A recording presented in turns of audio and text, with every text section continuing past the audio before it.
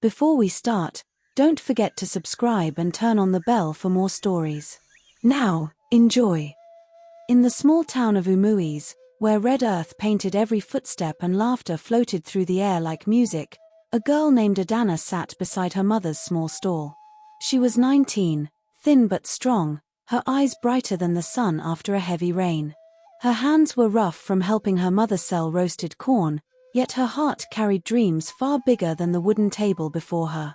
Every morning, she watched people pass, men in ironed shirts, women carrying baskets, schoolchildren in uniforms.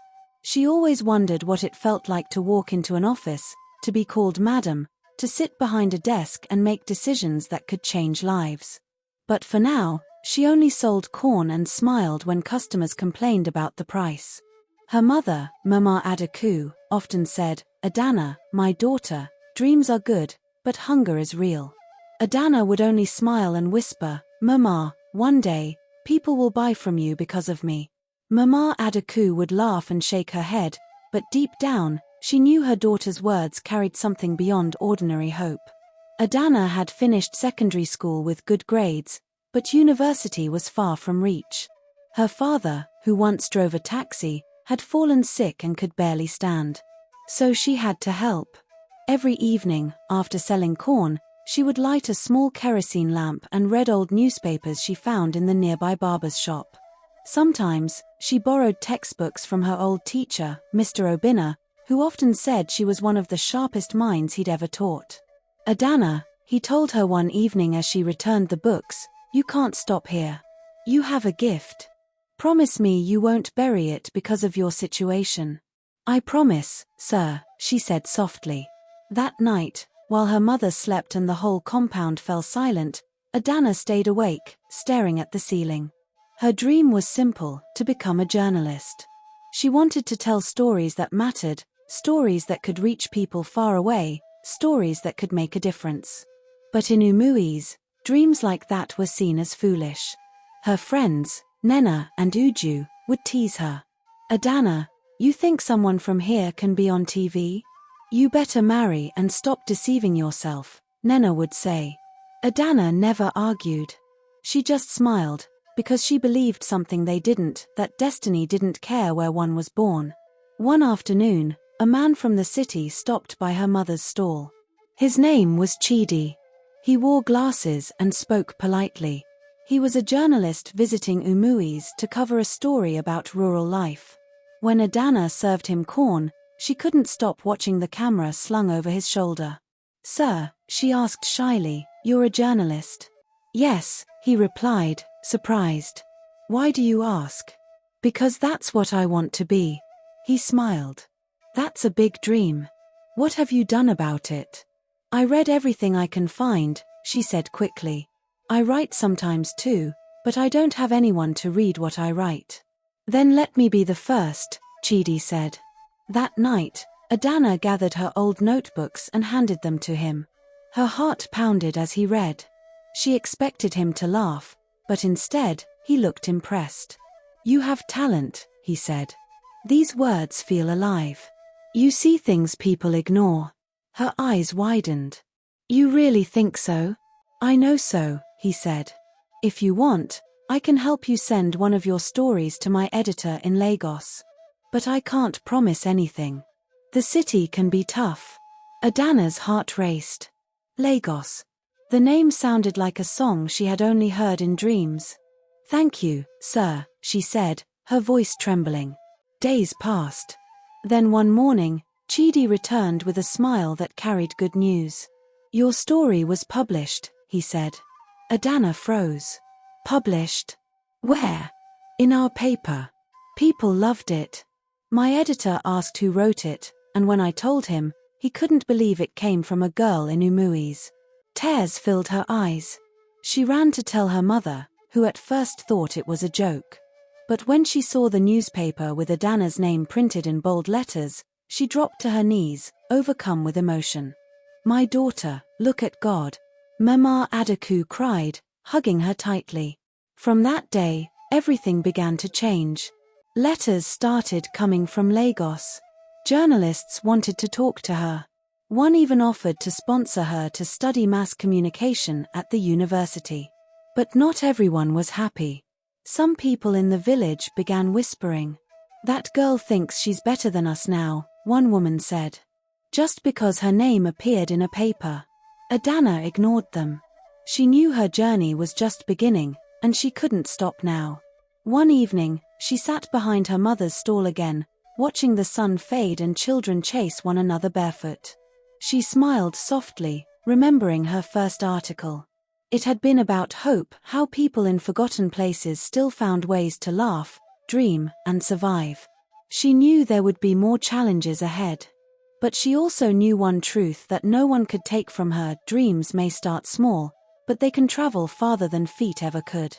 And for the first time, as the evening breeze carried the scent of roasted corn, Adanna felt something shift inside her. Her dream was no longer just a wish. It was alive, breathing, and growing beyond the borders of Umui's. The days that followed were unlike anything Adanna had ever known. The once quiet stall that sat near the dusty roadside now attracted curious faces and gentle murmurs. People who used to walk past without greeting now stopped to smile, pretending they had always believed in her.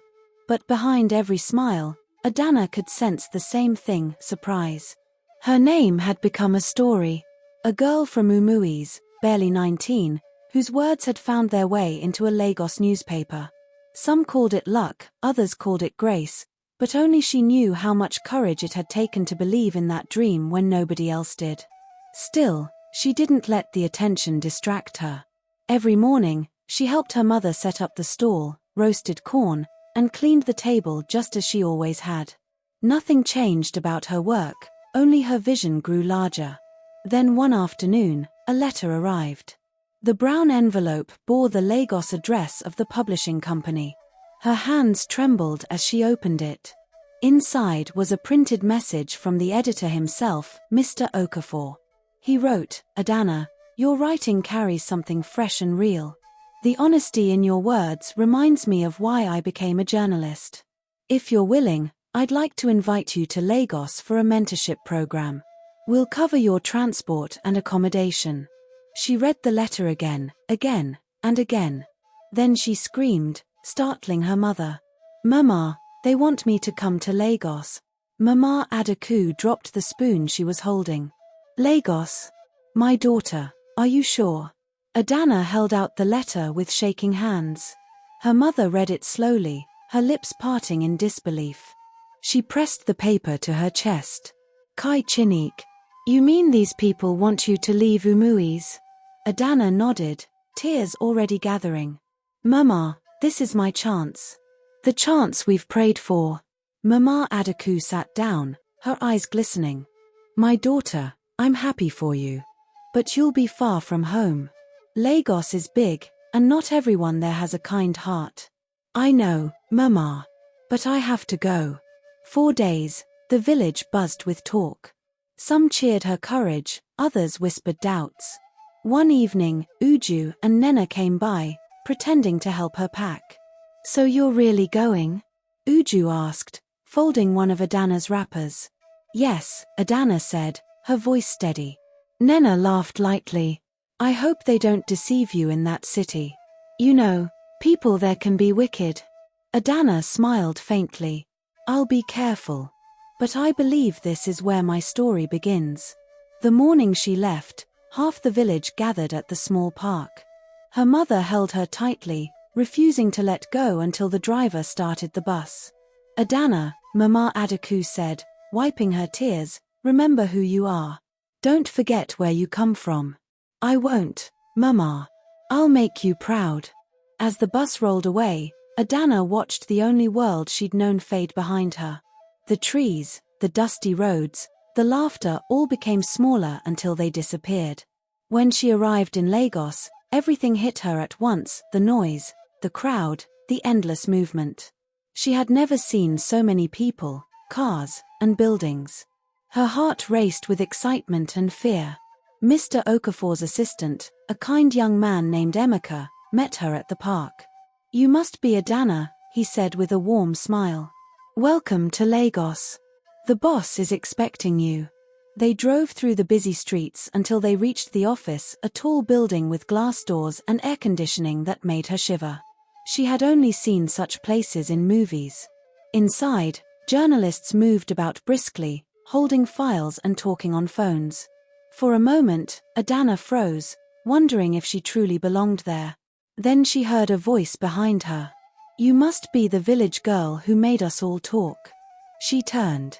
It was Mr. Okafor, tall, well-dressed, with kind but sharp eyes. He smiled and extended his hand. "Adanna, welcome to the City Voice." "Thank you, sir," she said, her voice trembling slightly. He led her to his office. "I read your story 3 times. You have something rare, a voice that carries truth. If you're willing to work hard, we'll help you grow." Adanna nodded eagerly. "I'm ready, sir." He smiled. "Good. We'll start small. You'll assist our junior reporters and learn how we work. But I'll also give you time to write. Every great writer begins somewhere." Days turned into weeks. Adanna worked harder than anyone expected. She arrived early, stayed late, asked questions, and watched how stories were built. She followed reporters into the field, carrying notebooks, recording interviews, and learning the rhythm of the newsroom. At night, when the others left, she stayed back to write short stories, opinion pieces, reflections on what she saw around her. Mr. Okafor sometimes found her still at her desk, eyes tired but burning with focus. One evening, he walked up quietly and placed a hand on her shoulder.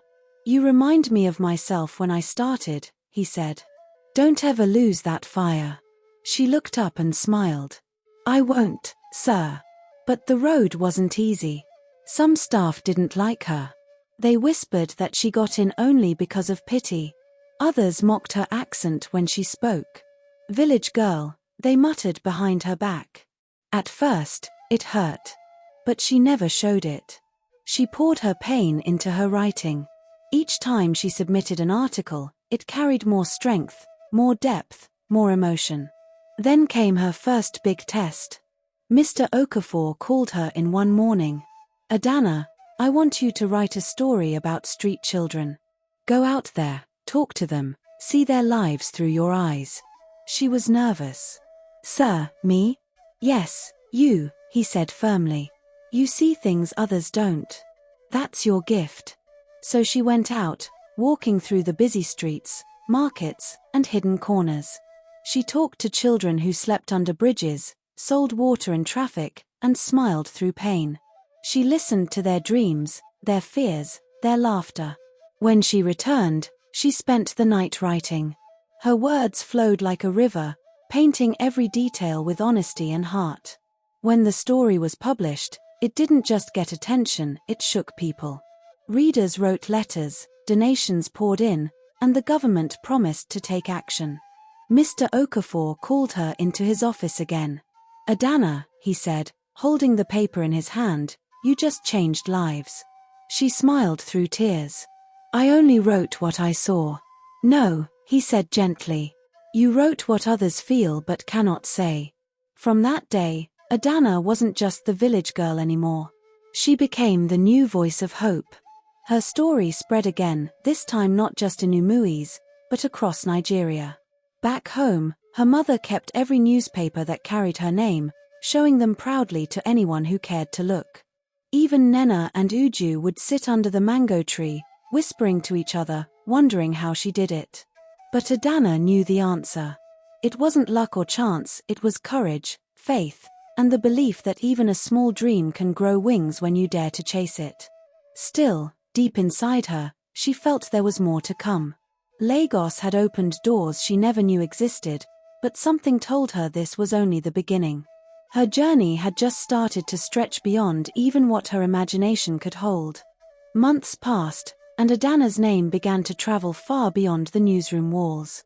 People started recognizing her on the streets, some stopping to greet her with admiration, others just watching silently, wondering how a girl from a small town like Umuis could rise so quickly in a place as fierce as Lagos. But Adanna never let it get to her head. She still lived simply, still sent money home to her mother, and still remembered every word of her promise that she would make her family proud. Her little rented room in the outskirts of Yaba became her small world. It wasn't much, just a mattress, a small table, a few books, and her old notebooks, but it was where her dreams breathed. Every night, after long hours at the office, she would sit by the window, watching the distant city lights and thinking about home, about her mother, her father's quiet voice, and the smell of roasted corn that still lived in her memory. But life in the city came with new lessons. One morning, Mr. Okafor announced a national writing contest, a competition among journalists from all over Nigeria. The winner's story would not only be featured nationwide but also get a scholarship to study abroad. The moment Adanna heard it, something inside her stirred. That evening, she went to Mr. Okafor's office. "Sir, I want to enter the contest." He leaned back in his chair, watching her carefully.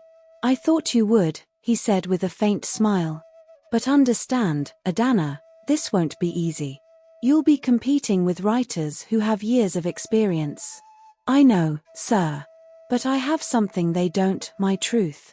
Mr. Okafor nodded slowly. "Then give it everything you have." For weeks, Adanna hardly slept. She read, researched, and wrote until her hands ached. Her story idea came from a real encounter, a young girl she had met during her previous assignment, a hawker named Ifema, who sold oranges to take care of her younger siblings after their parents died. Adanna couldn't stop thinking about her. She remembered Ifema's eyes, bright yet burdened, and the way she said, "Auntie, I just want to go to school like other children." That single line became the heart of Adanna's story. She titled it, "The Girl Who Sold Oranges and Carried Tomorrow." It wasn't just an article, it was a mirror of countless children forgotten by the world. She poured her soul into every word. Every sentence carried a heartbeat, every paragraph a tear, a hope, a piece of herself. When she finally submitted it, she felt both relief and fear. Weeks passed, and she heard nothing. Some of her colleagues teased her, saying the judges probably overlooked her piece. But she stayed calm. Deep inside, she believed her story had a voice that would find its way. Then one afternoon, while she was editing another article, her phone rang. It was Mr. Okafor. "Adanna, come to my office. Now." Her heart skipped. She walked quickly, every step heavy with anxiety. When she entered, she saw him standing by the window with a broad smile. "Congratulations," he said, turning toward her. "You won." For a moment, she didn't understand. "Sir, what did you say?" "You won the national contest. Your story was chosen as the best. The judges said your writing carried emotion and truth that no one could ignore." Her knees went weak. She covered her face and began to cry. Mr. Okafor handed her a letter. "You'll be traveling to Ghana for a media exchange program next month. You've made us all proud." Adanna couldn't believe it. She thought of her mother, of Umui's, of the girl who once sold corn by the roadside dreaming of a life she could only imagine. Now that dream had crossed borders. That evening, she called home. When her mother picked up, she was pounding yam in the kitchen. "Mama," Adanna said, trying to steady her voice, "I won the contest. They're sending me to Ghana." Mama Adaku froze. "Ghana? You mean outside Nigeria?" "Yes, Mama. Can you believe it?" Her mother began to cry, her voice trembling with joy.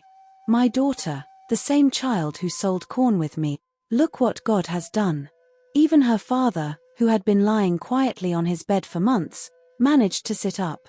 "Adanna, my child, you have brought light to this family. May nothing dim it." The next few weeks were filled with preparation. The company handled her passport, travel papers, and arrangements. Her colleagues, once skeptical, now congratulated her. Even those who used to mock her accent began to look at her differently. On the day she was to travel, the newsroom gathered to wish her well.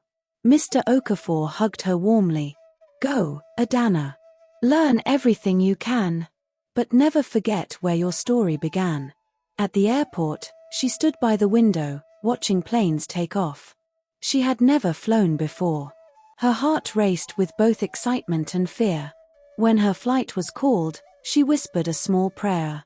Lord, this dream started small, but now it flies. In Ghana, everything felt new: the air, the people, the rhythm of life. The program was filled with journalists from across Africa. Adanna was the youngest among them, and the only one from a rural background. Some were amazed when they heard her story. You mean you started as a corn seller? One woman asked in disbelief. Adanna smiled gently. Yes. That was where I learned the meaning of patience. During the program, she shared her story on stage. When she spoke about her journey from Umuis to Lagos, and now to Ghana, the room went silent. Many in the audience had tears in their eyes. After her session, a man from a major international media house approached her. Young lady, your story is powerful, he said. Would you consider interning with us after your program? Adanna was speechless. Sir, I don't even know what to say. He smiled. Say yes. That night, lying in her hotel room, Adanna couldn't sleep. She thought of the girl she once was, sitting beside her mother's stall, dreaming of telling stories that could travel farther than her feet ever could. Now, that dream was unfolding before her eyes. Back home, her mother had become a celebrity in her own right. People visited just to see the woman who gave birth to Adanna. Children in the village now said, I want to be like Adanna. Even the same women who once mocked her came to seek blessings. But Adanna never let success change her. Each time she wrote, she remembered her roots. Each time she spoke, she remembered her mother's voice, gentle, strong, filled with faith. As the weeks in Ghana went by, she grew in confidence. She learned new ways of storytelling, met mentors, and made friends who shared her passion. Yet, even with all the opportunities opening before her, one thing stayed constant: her desire to use her gift to lift others. On her final night in Ghana, she stood by the balcony of her hotel room, staring into the night sky. Her heart swelled with gratitude. She whispered to herself, I may be far from home, but home lives in me. This dream isn't just mine anymore, it belongs to everyone who ever felt small, everyone who ever dared to hope. And as the wind brushed her face softly, Adanna knew her story was far from over. What started as a dream in the dusty corners of Umuis was now writing a new chapter, one that would soon reach the world.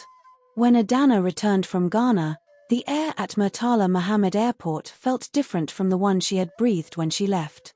It was the same city, but this time, it welcomed her not as a dreamer trying to find her path, but as a young woman whose name had begun to mean something. Reporters, including some she once served coffee to in the newsroom, now stretched microphones toward her, asking questions. Cameras flashed, people clapped, and her name echoed through the crowd. Still, amid all the attention, Adanna stayed grounded. She smiled, answered politely, and thanked everyone who congratulated her. When she got back to her small apartment, she dropped her bags, knelt beside her bed, and whispered a simple prayer of gratitude. The city lights blinked through her window, but in her heart, she could still see the flicker of her mother's kerosene lamp back home in Umuis. The next morning at the City Voice, everyone gathered to welcome her. Mr. Okafor stood at the center, proud like a father watching his child return with victory. Ladies and gentlemen, he said, placing a hand on Adanna's shoulder, this is what happens when passion meets purpose. Let her story remind you that no dream is too small when you're willing to work for it. The newsroom broke into applause. Adanna smiled shyly, though her heart was full. It felt like a dream, yet it was all real: her name, her story, her journey. Soon after, she was promoted to junior reporter. She now had her own desk, her own assignments, and even her own intern, a quiet girl named Amora, who admired her deeply. Adanna treated her kindly, the way she wished others had treated her when she first arrived. Amora, she often said, never forget this: your story is your power. No matter where you start, your words can take you anywhere. One day, Mr. Okafor called her in for an important meeting. Adanna, he began, there's something I want you to cover. It's a sensitive story, and I believe you're the right person for it. What's it about, sir? He sighed, rubbing his temple. It's about corruption in local government. A case that involves missing school funds meant for rural children. The story could shake things up if done right. But it's risky. Adanna sat up straight. Sir, I'm ready. He studied her for a long moment. You remind me of myself in my early years, fearless. But be careful. These people are powerful. I understand, sir, she said, her voice calm but firm. That week, Adanna traveled to Enugu State to begin her investigation. The story took her through small communities where schools stood roofless and children sat on bare floors. The funds meant for them had disappeared, and no one wanted to speak out. Fear hung in the air like a shadow. She met teachers who hadn't been paid in months and parents who struggled to keep their children in school. One elderly man, Pa Nwakoi, told her, "My grandson wants to learn, but how can he when there are no books, no chairs, no teacher?" They took everything. Adanna felt her chest tighten. She knew this story mattered, not just for the paper but for every child like Efima, the hawker who once said she wanted to go to school. She dug deeper, visiting government offices, asking hard questions. Some officials dismissed her, others tried to intimidate her. One evening, as she walked out of a local office, two men approached her quietly. "Madam Journalist," one said with a cold smile, "some things are better left alone. You're young, you have a bright future. Don't throw it away." Adanna's heartbeat quickened, but she didn't show fear. She looked at them and said, "If telling the truth is dangerous, then silence is worse."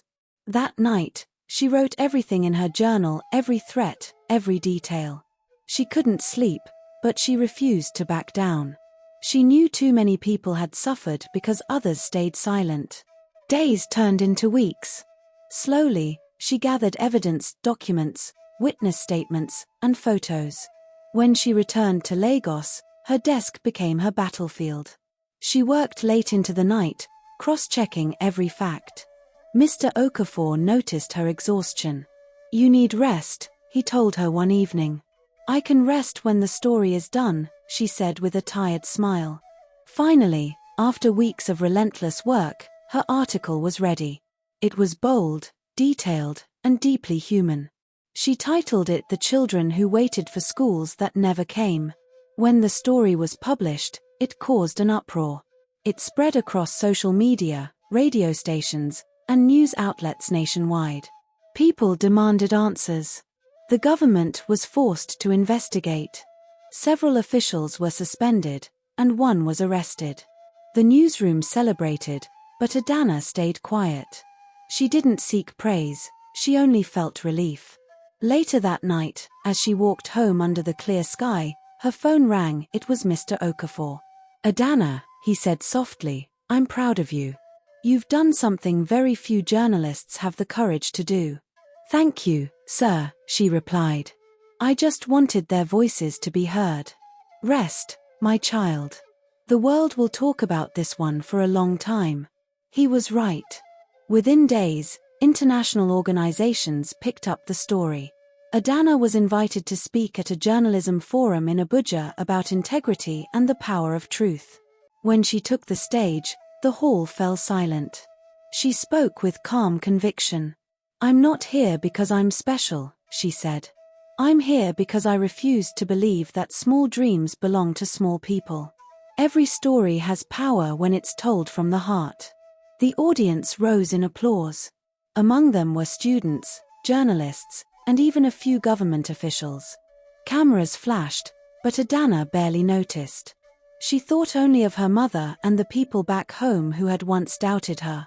After the event, she received countless messages, some congratulating her, others warning her to be careful. But the message that touched her most came from her mother. It read, "My daughter, your story has reached even the ears of elders who never read papers. The world is listening to you now. Walk with grace, my child, and never lose your humility." Adanna read the message over and over. It reminded her that no matter how far she went, she was still the same girl who once sold corn with her mother.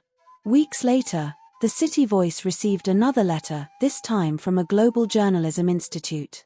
They offered Adanna a one-year fellowship in London to study investigative reporting.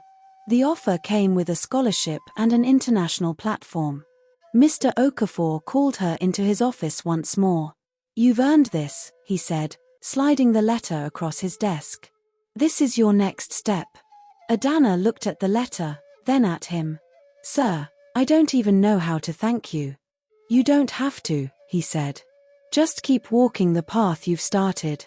That's enough."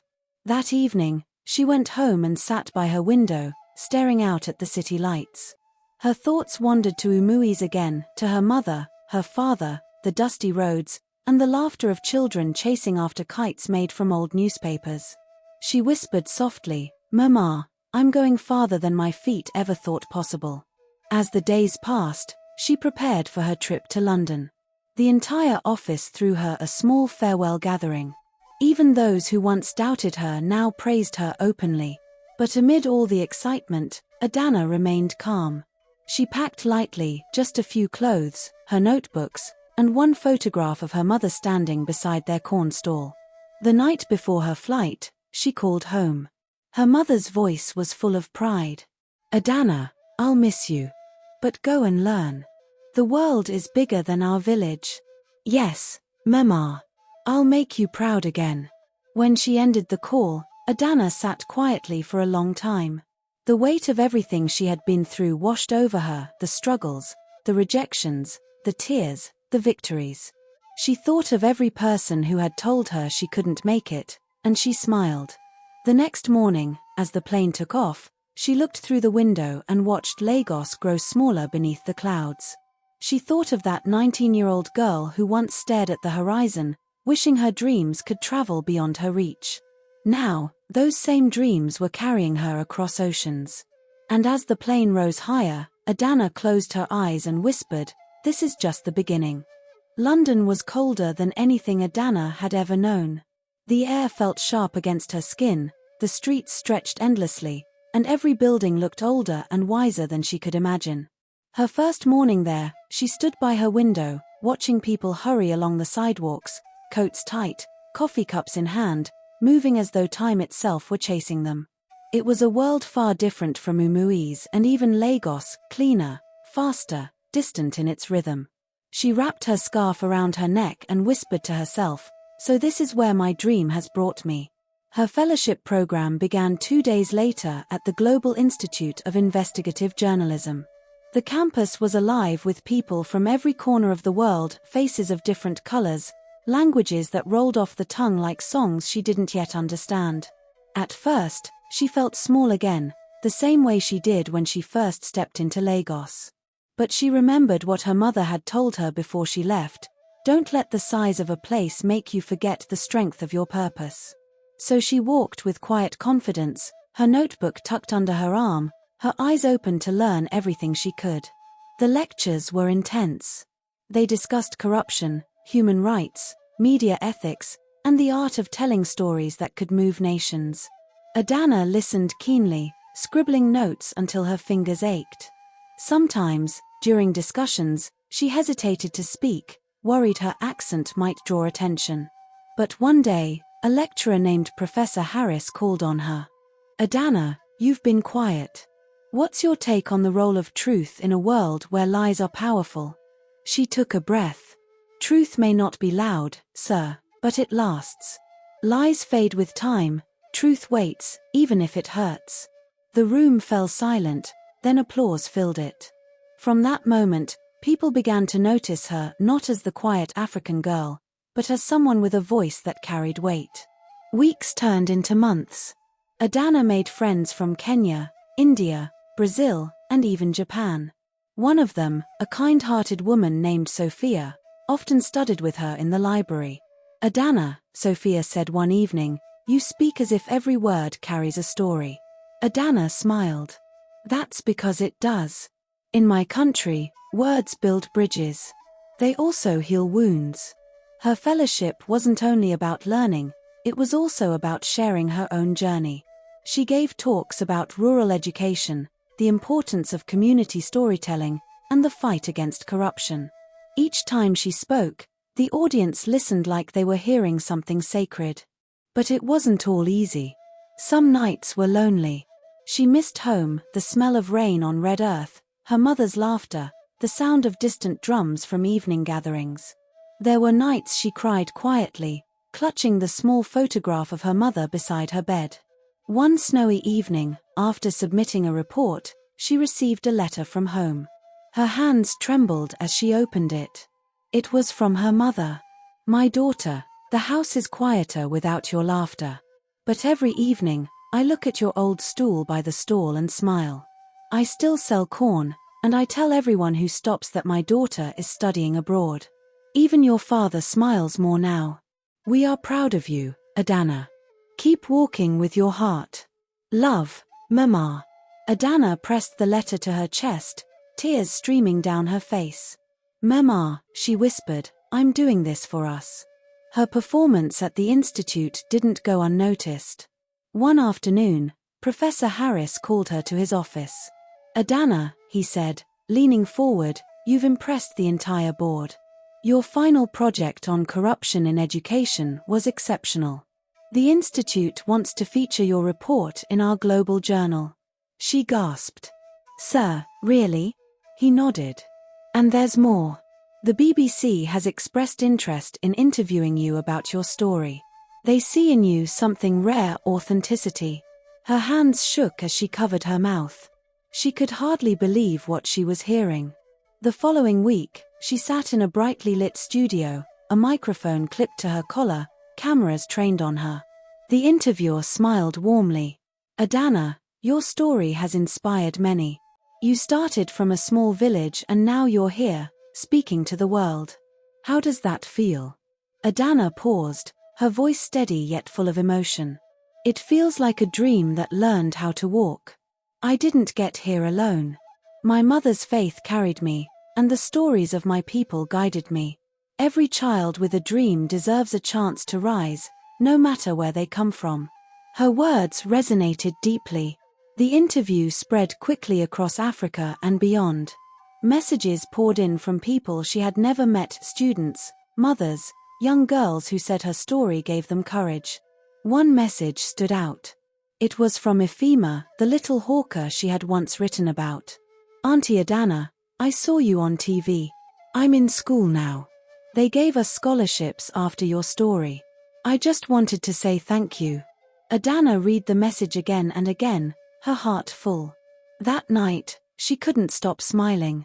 She realized her dream wasn't just about her success, it was about every life that her words could touch. Toward the end of her fellowship, she received another unexpected invitation from the United Nations. They wanted her to speak at a youth summit in Geneva about the power of storytelling to drive change. When she stood on that grand stage weeks later, she looked out at the sea of faces before her: leaders, journalists, students, and felt a calm strength rise within her. She began softly, "I was born in a small village in Nigeria. People said I was just a village girl. They said dreams like mine didn't belong where I came from. But dreams don't ask for permission. They only ask for courage." Her voice grew firmer. "I learned that the world changes one story at a time.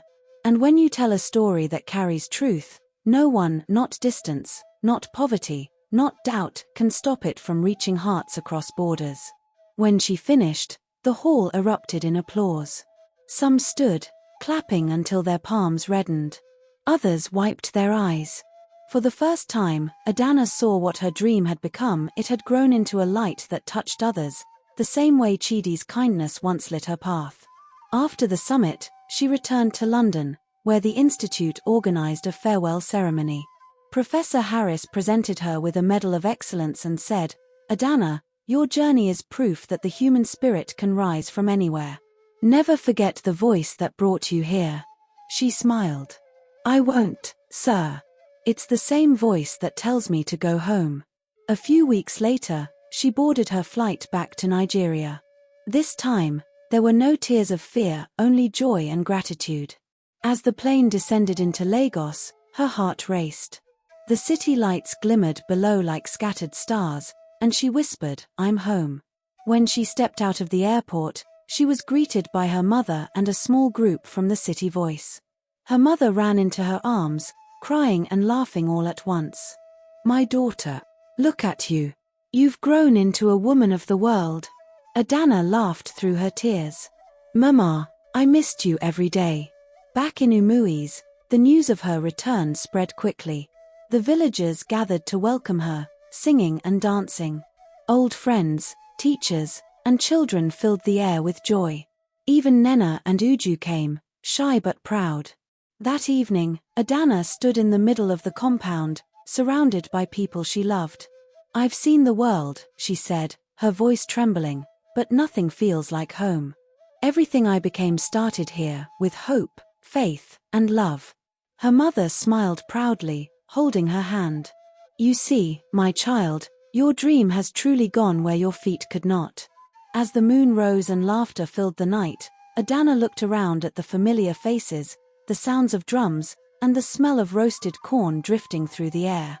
She realized that her journey had come full circle, not to an end, but to a new beginning.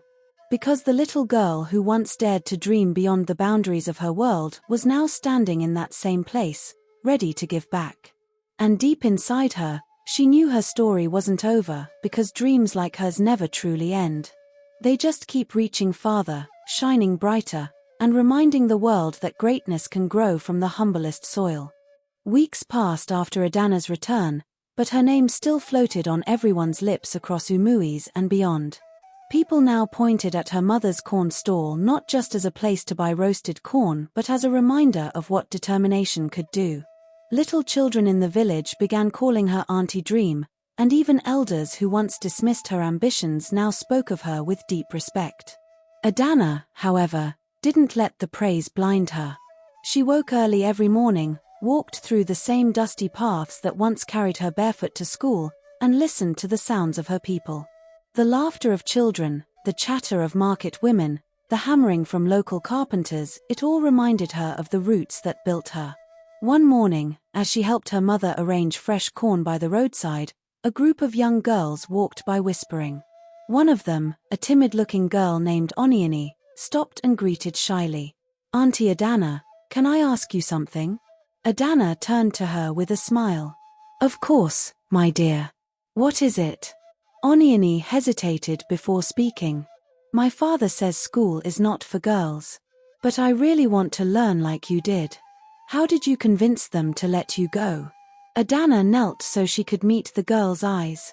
Sometimes people don't understand the power of a dream until they see it work. You have to keep believing even when no one else does. You can start learning little things, read, write, and keep asking questions. Knowledge always finds its way to a ready heart. Onioni nodded slowly, her eyes shining. "I'll try, Auntie." That conversation stayed in Adanna's mind all day. It reminded her of her own younger self, the same hunger to rise, the same wall of doubt surrounding her. That evening, she sat by the old family table with her mother and said, "Mama, I've been thinking. What if we create something for girls like Onioni, somewhere they can learn and dream without fear?" Her mother looked up from peeling corn. "You mean like a school?" "Yes, Mama. But not just any school. A center where young people, especially girls, can learn skills, storytelling, and how to use their voice. We'll call it the Dream House." Her mother smiled softly. "Your dream never sleeps, my child." Adanna laughed. "It can't, Mama. There's too much to do." Over the next months, she poured everything she had into that vision. She used her savings from London and reached out to her contacts from the fellowship. Some offered materials, others helped with ideas. Slowly, a small compound on the edge of Umuis began to transform. Walls were painted, bookshelves filled, chairs carved by local carpenters, and a signboard proudly read "The Dream House, for minds that dare." When the center opened, people came from nearby villages to see it. Children ran around, exploring the classrooms, while their parents watched curiously. Adanna stood at the entrance, welcoming everyone. The first day felt like a dream she could touch, vivid, alive, and beautiful. During her opening speech, she said, This place is not just mine. It's yours too. Every dream that started from a small thought belongs here. When they said a village girl couldn't reach the world, I refused to listen. And now, together, we'll make sure no child's dream dies before it begins." Her words sank deep into every heart present. Even elders who had once mocked her father's family nodded in approval. That night, as the village quieted, Adanna sat outside the center under the calm night sky. The stars glittered faintly, and the wind carried soft echoes of children's laughter. Her phone buzzed. It was a call from Chidi, her old editor and mentor from the City Voice. "Adanna, I saw the pictures of your center online," he said, his voice full of pride. "You've done something remarkable." She smiled. "Thank you, Chidi. But it's just the beginning." "I know," he replied. "That's why I'm calling. We're launching a new initiative called Voices of Tomorrow, and we'd love for you to lead it. You'll mentor young writers from across Africa and guide them in telling their own stories." Her heart leapt. "That's incredible, Chidi. Of course, I'll do it." And so began another chapter of her journey, this time not as a dreamer trying to rise, but as a builder helping others do the same. Each week, she taught classes at the Dream House and hosted virtual sessions with students from different countries. She taught them not only how to write but how to feel through words, to turn pain into purpose, and silence into strength. Some of her students began publishing small articles. Others created community campaigns. One of her brightest students, a boy named Abuka, wrote a story about how his father's farm was destroyed by flooding. His piece gained attention and helped his family receive support. When Adanna read it, tears filled her eyes. "You've just learned the true power of words," she told him. Her impact grew beyond what she could have imagined. Television stations came again to interview her, and newspapers across Nigeria told her story. But this time, she wasn't the girl who rose from the village, she was the woman helping others rise from it too. Still, she never forgot where she started. Every Sunday, she and her mother walked to the village square to share food and talk with people. Children followed her around, eager to listen to her stories. She often told them, "Greatness doesn't need wings, it needs will. Your background only matters if you let it hold you back." One afternoon, a letter arrived at the Dream House. It was sealed with the emblem of the president's office. Adanna opened it slowly, her hands trembling slightly. The letter congratulated her for her contribution to education and youth development, and it invited her to Abuja for a National Honor Award. Her mother cried tears of joy when she heard the news. "My daughter, your father would have been so proud of you." Adanna hugged her tightly. "Everything I am began with you, Mama." The award ceremony was grand. The hall in Abuja was filled with leaders, dignitaries, and young achievers from across the country. When her name was called, Adanna walked gracefully to the stage, the same calmness in her eyes that once guided her through fear. The president handed her the medal and said, "You are a beacon of hope to our nation. Your story reminds us that dreams know no boundaries." As cameras flashed and applause thundered, Adanna held the medal to her heart and thought of Umui's, of her mother, and of that little girl who once sold corn by the roadside. When she returned home days later, the entire village gathered to celebrate. Drums echoed, women danced, and children shouted her name. Her mother stood by her side, smiling with pride. That night, Adanna addressed the crowd one last time. "When I was young, I believed the world was too far away for someone like me. But I've learned that dreams don't travel on roads, they travel through people. Every time you believe in yourself, you take your dream farther than your feet ever could." The crowd cheered, chanting her name over and over. Later that evening, when the celebration had ended, Adanna walked to the edge of the village and looked at the quiet sky. She felt a soft peace inside her.